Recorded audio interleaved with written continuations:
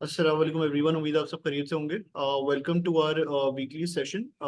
ये video by the way हमारी जो सीरीज वीकली सीरीज है डायनामिक डुओ के नाम से, उसका दूसरा सेशन है। आज के सेशन में हमारे साथ मोहम्मद रिजवान साहब मौजूद हैं। अस्सलाम वालेकुम रिजवान भाई।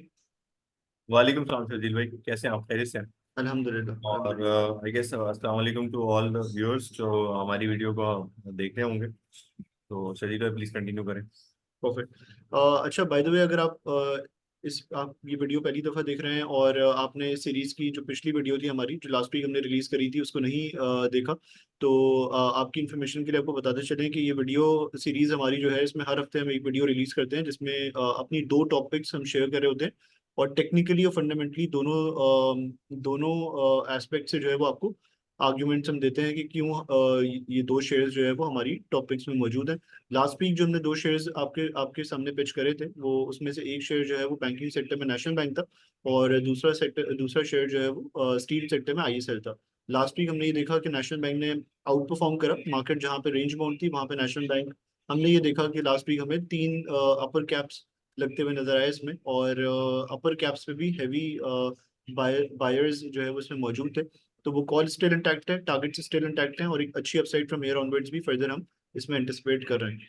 तो आज की जो दो पिक्स हमारी होने वाली हैं इसमें सबसे पहले तो हम बैंकिंग सेक्टर के एक दूसरे स्टॉक को जो है वो कवर करेंगे, जो कि काफी अंडर वैल्यूड लगता है।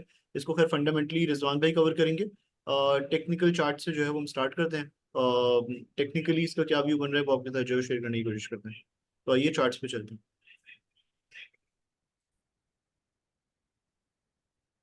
अच्छा, बाय द वे, ये बीओपी का चार्ट है। वीकली चार्ट हमने यहाँ पे खोला हुआ है, हम यहाँ पे मंथली भी खोल सकते हैं। अगर आप मंथली में देखें तो BOP has been consolidating or trading inside a falling wedge pattern since last, I guess since 2016 2017। ये अपने फॉलिंग वेज पैटर्न में जो है वो ट्रेड कर रहा है। और ओवरऑल जो इसका ट्रेंड था वो नीचे का था, तो डाउन ट्रेंड जो है वो इसका था, चल रहा था, और फॉलिंग वेज के अंदर जो है ये कंसोलिडेट ये ट्रेड कर रहा था। वीकली पे अगर हम देखें तो हमने ये ऑब्जर्व करा कि ऑफ लेट इसका जो डाउन ट्रेंड था वो कन्वर्ट हुआ अप ट्रेंड के अंदर। इनिशियली इसने जो है वो हाई लगाया, जो कि ऑब्वियसली लोअर हाई था, प्रीवियस हाइस को ब्रेक करने में ये नाकाम रहा। उसके बाद जो इसने करेक्ट करा, ये रिट्रेस करा, तो प्रीवियस लो को ब्रेक नहीं करा। सपोर्ट प्रीवियस लो को ब्रेक नहीं करा, अपना बॉटम डिफाइन करा अराउंड 3.7 या 3.8, और जो पिकअप लिया तो वहां पे एक नया हाई डिफाइन करा, जहाँ पे अपने प्रीवियस हाई क्रॉस करते हुए इसने 8.2 का जो है वो हाई लगाया। 8.2 का हाई लगाने के बाद इसने रिट्रेस करा, और अगर आप अभी तक देखें तो ये ऑलमोस्ट 61.8% रिट्रेस कर चुका है। इसका इसका जो ये लो है, 61.8% रिट्रेस कर चुका है फ्रॉम इट्स लोज। और अगर यहाँ पे हायर लो बनता है इसमें, अपना बॉटम डिफाइन करके अगर ये वापस से पिकअप लेता है, तो हमारी एंटिसिपेशन ये है कि ये एक नया हाई लगाने की तरफ अगेन जा सकता है। और इसके जो टारगेट्स निकलना है वो तो हम अभी डिस्कस करते हैं। तो अगर हम समराइज करें जो अभी तक हमने डिस्कस करा, वो ये है कि एक तो ये अपने फॉलिंग वेज पैटर्न के अंदर ट्रेड कर रहा है। उसका जो है वो ब्रेकआउट हुआ था यहाँ पे। तो आई गेस ये अपने फॉलिंग वेज पैटर्न, क्योंकि एक ट्रेंड रिवर्सल पैटर्न है और उसका ब्रेकआउट यहाँ पे हुआ है, तो यहाँ पे इसका जो डाउन ट्रेंड चल रहा था एग्जिस्टिंग, हम देख रहे थे कि लोअर हाइज और लोअर लोज की फॉर्मेशन हो रही थी, वो कहीं ना कहीं जो है वो कन्वर्ट हुई है, चेंज हुई है, और ट्रेंड इसका डाउन ट्रेंड से चेंज होकर अप ट्रेंड में कन्वर्ट हो गया है। अब यहाँ पे ऑलमोस्ट ये रीटेस्ट कर रहा है इस पर्टिकुलर लेवल को। अपने हाई से 61.8% रिट्रेसमेंट कंप्लीट कर चुका है, तो अगर बॉटम डिफाइन करके पिकअप लेता है, ये बुलिश कंफर्मेशन देता है, तो एक नया हाई लगाने की तरफ जा सकता है। अब इसमें यूजुअली हम करते क्या है, प्रोजेक्शंस वगैरह निकालने के लिए, टारगेट्स वगैरह निकालने के लिए हम हार्मोनिक पैटर्न्स का जो है इस्तेमाल करते हैं। तो अगर हम ABCD पैटर्न पैटर्न यहाँ पे लगाते हैं, और इस पर्टिकुलर लेग को जो है वो AB की लेग कंसिडर करते हैं, तो यहाँ पे हमने ये देखा कि जो BC थी, ये BC की जो लेग है, जो कि रिट्रेसमेंट फेज होता है बाय द वे, उसमें इसने 61.8% रिट्रेस कर लिया अपने हाई से। तो अगर ये बॉटम डिफाइन करता है, तो एज्यूमिंग के AB is equals to CD, जो कि मोस्ट ऑफ द केसेस में होता है, तो जो इसके टारगेट्स निकल रहे हैं, जो प्रोजेक्शंस निकल रही हैं, वो ऑलमोस्ट 10 की निकल रही हैं। तो eventually what we feel is के टेक्निकली इसमें पॉसिबिलिटी क्रिएट हो रही है कि यहाँ पे अगर बुलिश कॉन्फर्मेशन मिलती है, तो एक एंट्री जो है वो ली जा सकती है। और ऑब्वियसली मल्टीपल सपोर्ट्स भी हैं यहाँ पे। अगर आप देखें, हॉरिजॉन्टल सपोर्ट भी हमने यहाँ पे डिफाइन करी हुई है। Historically it has resisted, taken support, and previously as well it has taken support near this level. तो एक अच्छा लेवल है, एक अच्छा सपोर्ट जोन है यहाँ पे हॉरिजॉन्टली भी, प्लस अगर आप देखें तो पैरेलल चैनल भी यहाँ पे आ रहा है, उसका भी यहाँ पे जो है सपोर्ट जोन बन रहा है। और इसने सॉर्ट ऑफ ब्रीच करा है इसको वीकली के ऊपर, मंथली के ऊपर भी do not have a candle close yet. तो मंथली के ऊपर जो है वो हमें कैंडल क्लोज चाहिए होगा। तो हो सकता है अगर इसको इसको रिस्पेक्ट देते हुए इसके ऊपर क्लोज करने में कामयाब हो जाता है, तो एक अच्छा बॉटम डिफाइन करके यहाँ से ये पिकअप वगैरह ले सकता है। इवेंचुअल टारगेट्स जो हमने इसके निकाले हैं वो निकाले हैं 10 के। तो आई गेस ये इसका व्यू है। रिजवान भाई अगर इस पे कमेंट करना चाहें या यार आई फंडामेंटल। गेस एक चीज इसमें जो मैं यहाँ पे हाईलाइट करना चाहता हूँ, एक तो ये कि हम इस सेशन को ना थोड़ा सा और अपने इन्वेस्टर्स के लिए शॉर्ट और लाइवली बनाना चाहते हैं। इसके अलावा एक और चीज जो हमारी क्यूरीज इसमें कमेंट में जनरेट हुई थी कि कुछ लोगों ने कुछ और स्टॉक्स के बारे में किया था। हमने इस पे बहुत सोचा, बट हम बेसिकली इसका जो सेगमेंट है, ये सेगमेंट को हम सोच रहे हैं कि हम उस जवाबात के लिए कोई अलग से सेगमेंट रखें। बट हमने इस सेगमेंट को ना सिर्फ रखा है कि हम दो स्टॉक जो हमें अच्छे लग रहे होंगे, बेस्ड ऑन फंडामेंटल और बेस्ड ऑन टेक्निकल, हम सिर्फ वो पिच करेंगे, इधर it's a short call, it's a long call with targets. तो उससे ये होगा क्योंकि हमारे यहाँ बेसिकली इन्वेस्टर एजुकेशन पे तो काम हो रहा है, बट लोग जो है बेसिकली बहुत ट्रिप्स या बिल्कुल जो चीज़ पक्की पकाई कह सकते हैं आप, उस पर ज़्यादा इंटरेस्टेड होते हैं। तो हमने उस चीज़ को जहन में रखते हुए हम कोशिश करते हैं कि हम दो स्टॉक्स लाएं विद रीजनिंग, और हम उसके विद टारगेट्स लेकर आए ताकि लोगों को अपनी इन्वेस्टिंग को बेहतर करने में आसानी हो सके इस वीडियोस के थ्रू। अच्छा, बीओपी की तरफ वापस आते हैं। बीओपी में बेसिकली शकील भाई ने जो चीज़ें बताई हैं वो बहुत कन्विंसिंग है। उसकी वजह ये है कि एक कंटिन्यूसली डाउनवर्ड पैटर्न में है, और पूरा बैंकिंग स्टॉक्स जो है ना इस पर काफ़ी ज़्यादा डिप्रेस था, जिसमें हम नेशनल बैंक को पिछले हफ्ते अलर्ट किया, उसका केस का फैसला आया और वहाँ से वो चल पड़ा। और अभी भी हमें लगता है कि अगर आप नेशनल बैंक को होल्ड करते हैं for a period of 1 year, तो इसकी यील्ड पे ये तकरीबन शायद आपको 60, जो हमने इनिशियल टारगेट 50 का दिया उसको भी शायद सरपास कर जाए। बट हमें इनिशियल लगता है कि हमारा टारगेट 48 या 50 का इवेंचुअली अचीव हो जाएगा। और जो लोग इसमें पोजीशन अपनी होल्ड करें वो होल्ड करें। BOP is another classic example. इसमें जो है एक केस के बाद और उसकी कुछ इश्यूज के बाद ये काफ़ी गिरते गिरते आज 5 रुपये पे आ गए, जबकि इसकी बुक वैल्यू जो है वो कुछ 24 रुपये। और दूसरा ये कि अर्निंग भी तकरीबन 3.83 की अर्निंग कोट हुई है। इंटरेस्ट रेट फिलहाल जो लग रहा है कि शायद मार्च अप्रैल तक, जून तक कम होते हुए नहीं दिख रहे हैं। तो उसकी वजह से हमें लगता है कि शायद बीओपी की अर्निंग्स भी बेहतर रहेंगी। पिछले फुल ईयर पे इसने 1 रुपये का पे आउट दिया था, जो कि आज के रेट के हिसाब से तकरीबन तकरीबन कोई 20% की से ऊपर की यील्ड बनती है। तो यील्ड और रेट जो है ऑलमोस्ट डाउन साइड पर है, 0.26 की बुक वैल्यू पर है। और नेशनल बैंक में भी ये हुआ था कि 0.16 की बुक वैल्यू पर, जब वहां से परफॉर्म करना शुरू किया, तो हमें लगता है ये क्लासिकली इन्वेस्टमेंट के लिए एक अच्छा केस है। Another government holding, government of Punjab की मेजर होल्डिंग की वजह से लोगों को लगता है कि इसमें किसी वक्त भी कोई ऐसी चीज आ सकती है जो आने वाले दिनों में कोई इनके लिए नेगेटिव हो। बट ऑलरेडी आप देखें कि वो अपनी 24 रुपये की बुक वैल्यू से 5 रुपये पे जाके ट्रेड हो रहा है, 0.26 पे ट्रेड हो रहा है, एक 10-20% की यील्ड दे रहा है। और आगे प्रॉमिसिंग ग्रोथ भी लगता है कि आती रहेगी, अगर इंटरेस्ट रेट बहुत तेजी से नहीं गिरते। और मुझे लगता है कि 1 साल के अंदर बहुत तेजी से इंटरेस्ट रेट नहीं गिरेंगे, तो स्लो स्लो होगा। तो मेरा ख्याल है कि अगर 20% 18% भी रहते हैं तो अर्निंग में बहुत बड़ा डिप नहीं होगा। दूसरी इसकी बात यह है कि इसकी कॉस्ट ऑफ डिपॉजिट काफ़ी महंगा है। मिजान की तरह या किसी और की तरह बहुत सस्ता नहीं है। मतलब अगर आप देखें तो 14-15 के करीब इनका कॉस्ट ऑफ डिपॉजिट। तो अगर आपका इंटरेस्ट रेट कम हो रहा होगा तो इस पर इम्पैक्ट आएगा, पर बहुत ज़्यादा नहीं आएगा compare to any Islamic bank. तो उससे भी ये प्रोटेक्टेड है। तो मुझे लगता है, और ब्रांचेस भी जिस तरह से उन्होंने बढ़ाई है, डिपॉजिट का साइज भी काफ़ी बेहतर किया है, उसमें भी अच्छी ग्रोथ रही है over the period of 2-3 years.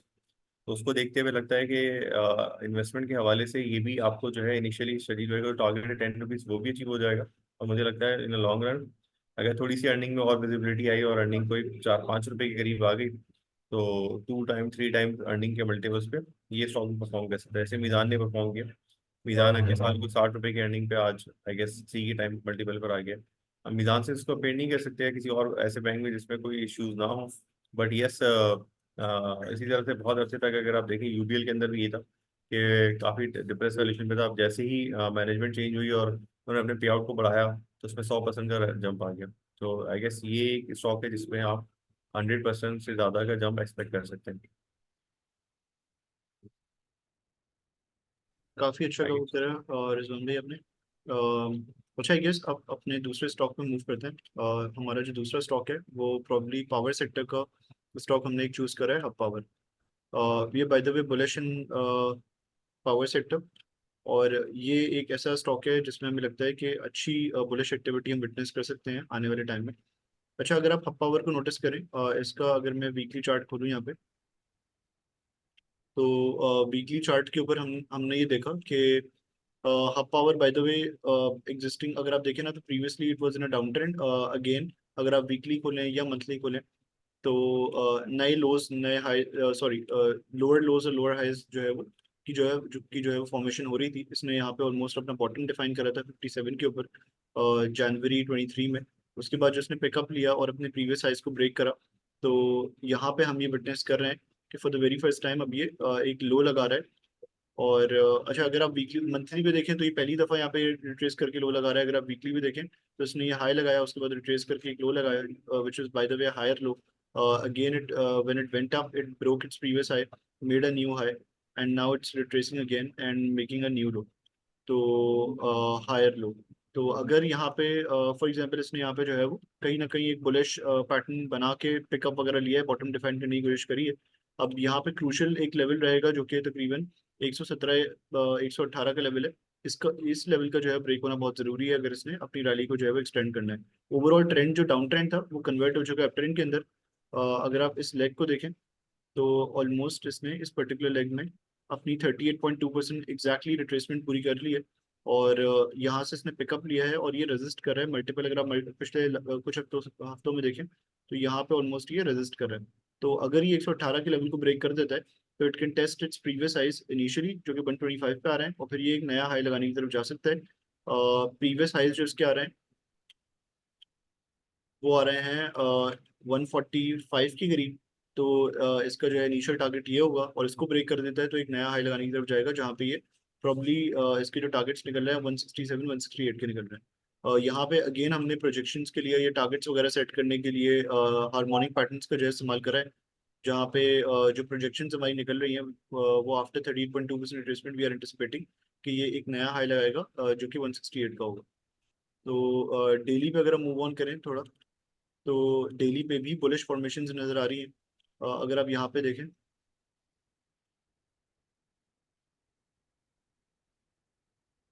तो ऑलमोस्ट हेड एंड शोल्डर की फॉर्मेशन हो रही है यहाँ पे।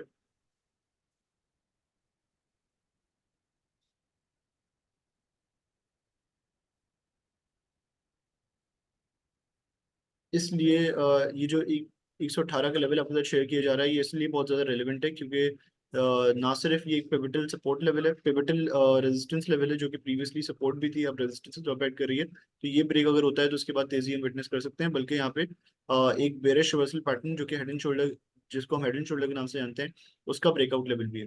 तो इन केस अगर ये पर्टिकुलर लेवल 118 का ब्रेक होता है तो यहाँ से हम तेजी जो है वो विटनेस कर सकते हैं। Initially, we can see it testing 128, followed by that 125, followed by that जो अगला टारगेट होगा 145 का होगा, और eventually we can see it testing in the long run 167 to 168 जो कि इसकी projections वगैरह निकल रही हैं। Over to you, Rizwan भाई। शरीर में आई गेस इसमें हब पावर के अंदर मेरे ख्याल से थोड़ी सी कोई और रिजेक्शन की सूरत में एक डाउनवर्ड ट्रेजेक्टरी थोड़ी बहुत मेरे ख्याल से 105 और 109 जैसी बन सकती है। अभी के चार्ट से देख के वैसा लग रहा था, क्योंकि बार बार 18 पे रिजेक्शन अगर आती है तो एक जगह बन सकती है। But yes, in a long run भी नहीं मेरे ख्याल से, अगर यहाँ पर रिजेक्शन नहीं आती है तो ये 150-55 रुपये का स्टॉक्स है। और उसकी फंडामेंटल रीजन ये है कि वाहिद आईबीपी है जिसमें आपके पास एक तो ये कि सी पैक के पार्ट होने की वजह से का अर्निंग की ग्रोथ भी, और इनकी कुछ पावर कंपनी चाइनीज आईपीवी के साथ एग्रीमेंट की वजह से ये जो है आपको वो भी ऑफर कर रहे हैं, ग्रोथ ऑफर कर रहे हैं, बिकॉज इनका कुछ कंपोनेंट जो है अर्निंग का वो डॉलर बेस है अभी भी। तो मुझे लगता है कि आने वाले दिनों में यील्ड प्ले पे ये स्टॉक्स आपने सही टारगेट किया है 168 और 169 तक बिल्कुल जा सकता है। और बस इसमें एक सिर्फ कॉशियसली ये कहना चाहिए कि थोड़ा स्प्रेड करके चीज़ों को लें। बट यहाँ पर आप 50-60% अपने आपको की पोर्टफोलियो, मतलब अगर आपको 100 रुपये में से 50 रुपये का आपको लेना है तो आप 50 रुपये का तो बिल्कुल ले सकते हैं, और फिर फर्दर कोई करेक्शन है उस पर आप ले सकते हैं। बट फिलहाल जो है इस स्टॉक्स में जो है फंडामेंटली एक रैली ड्यू है, क्योंकि आने वाले अप्रैल के महीने में जब हम नए आईएमएफ प्रोग्राम में जा रहे होंगे तो वहाँ पर हम पावर सेक्टर से रिलेटेड कोई ना कोई ऐसी चीज़ साइन कर रहे होंगे जिसमें जो है हमारा जो सर्कुलर डेट है उसको हमें एटलीस्ट पाइल अप होने से रोकना है, और पुराने वाले के लिए भी कोई प्लान देना है। तो आपको एक्चुअली पोटेंशियल कंटेस्टेंट के जो है कैश फ्लो इसके जो पेंडिंग है वो काफ़ी बेहतर हो जाएंगे। और इसकी वजह से हमें लगता है, क्योंकि आपको में काफ़ी सारी और भी स्टोरीज हैं, अगर आप देखें तो एक ज़माने में अभी रिसेंटली आया था कि आपका जो बेस प्लांट है उसको जो है कोल पे कन्वर्ट करके उसको के इलेक्ट्रिक को भी सप्लाई की जाए। और इसी तरह से जो है आपको ईवी गाड़ियों के पास में भी जा रहा है। एक ENI का जो स्टेक लिया था उसमें उसने अभी तक तो बहुत एक्सप्लोरेशन की तरफ तो नहीं गए, बट वहाँ पर भी पोटेंशियल है कि वो आ सकता है। फिर बीच में जो है ये सिंध गवर्नमेंट के साथ मिलके कोई पावर प्लांट वगैरह वेस्ट वाटर वेस्ट की तरफ भी जा रहे थे। तो इस तरह की कुछ चीज़ें हैं जो इनकी पाइपलाइन में है, जो इनकी अपसाइड को अनलॉक करती हैं। बाकी वैसे मेरे ख्याल से 25-30 रुपए का पे आउट अगर अगले साल आता है तो ये स्टॉक जो है पोटेंशियली यील्ड प्ले की वजह से बहुत अच्छा परफॉर्म कर जाएगा, यील्ड प्ले प्लस ग्रोथ की वजह से। तो आई गेस हमने ये दोनों स्टॉक्स को बहुत रिसेंटली कवर कर लिया। अच्छा, इसके अलावा एक और क्यूरी थी, शायद शर्जील भाई को ने देखी हो। A B is equal to CD के पैटर्न को डिफाइन करने की बात थी। एक्चुअली हार्मोनिक पैटर्न है जो गाटली के पैटर्न है। अगर आप लोग जो हमारे लिसनर्स हैं या व्यूअर्स जो हमारे बस चाहें तो गाटली को सर्च करके ABCD के हार्मोनिक पैटर्न देख लें।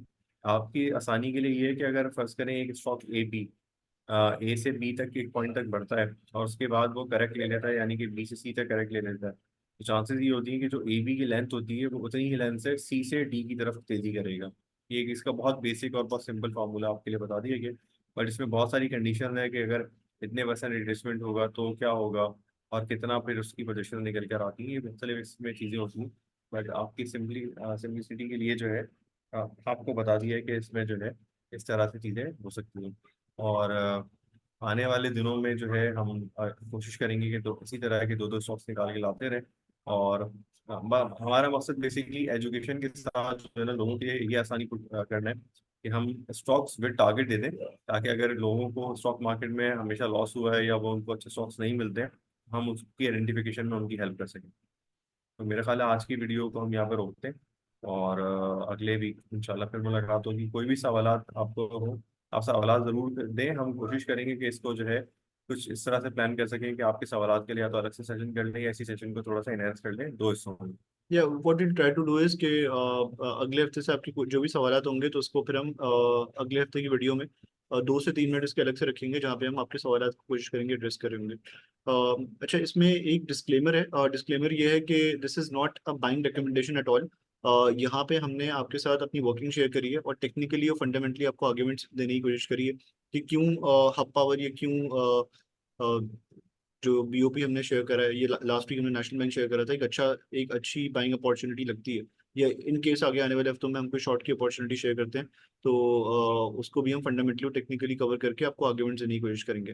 Eight the end of the day you are responsible for your own losses and gains. तो अपनी वर्किंग करें, इन्वेस्टमेंट जी डिसीजन। बिल्कुल, इसमें आपने शजील भाई ने अच्छा डिस्क्लेमर दिया और आई गेस हमारी इस कॉल का हरगिज़ मतलब नहीं है कि आप इस पे ब्लाइंड बिलीव करके पोजीशंस ले लें और उसके बाद अगर हमारी कॉल नहीं चलती तो आप हमें जो है कहेंगे जी आपने हमें प्रॉब्लम फंसा दिया या हमने जो है आपको इस स्टॉक्स में जो है करवा दिया या हमने कोई अपनी इनसाइड गेन के लिए आपको स्टॉक पे चढ़ा दिया, ऐसा कुछ भी नहीं है। हम बेसिकली जो है क्योंकि हमारा जो एक्सपीरियंस है वो हम अपने व्यूअर्स के साथ शेयर करना चाहते हैं और आपको एक गाइडलाइन प्रोवाइड कर रहे हैं कि इस तरह से आप स्टॉक को आइडेंटिफाई करके पैसे बना सकते हैं। ये इसमें हमारी कोई इसमें बाइंग और सेलिंग रिकमेंडेशन नहीं है, हमारी स्टडीज हमने आपको शेयर कर दी है। चाहे तो आप इसमें पोजीशन लें, चाहे तो आप इसको देख के इस पर कोई एक्शन ना लें। Yeah. The entire goal is to help you guys, to help retail investor take more informed and more rational trading or investment decisions. एक और डिस्क्लेमर ये है कि बाय द वे ये these might not be the trading calls. तो इसमें हमने आपके साथ जो शेयर करे वीकली और मंथली चार्ट्स को भी हमने आपको व्यू करके दिखाया है। तो ऐसा नहीं है कि अगले हफ्ते national bank did very very well, इस हफ्ते ही हमने देख लिया उसने परफॉर्म करा, but it might take time, these calls might take time eventually. तो थोड़ी पेशेंस के साथ आपको जो है वो इनको होल्ड करना पड़ेगा इन केस अगर आप इसमें जो है वो पोजीशंस वगैरह लेते हैं अपनी वर्किंग करने के बाद। थोड़ा टाइम लग सकता है और व्यू हमारा मार्केट में जो है वो फिलहाल यही है कि मार्केट थोड़ी कंसोलिडेशन में रह सकती है, जो हमने चार्ट्स वगैरह में मार्केट को देखा है। तो माइट बी पॉसिबल कि आपको फॉरेन जो है वो प्राइस परफॉर्मेंस वो रिफ्लेक्ट होती हुई ना नजर आए, थोड़ा टाइम ले ले। तो अगर आप पेशेंटली इसको होल्ड करते हैं तो एक लॉन्ग रन के व्यू के साथ these two seem to be really good bets. I guess that's it from today's session. Thank you so much, Azan bhai. Thank you so much, everyone. आपकी कोई भी queries होती हैं तो comment section में mention करिएगा. We'll try to respond to that in our next session. Thank you. Allah Hafiz. अल्लाह हाफिज़। Hafiz.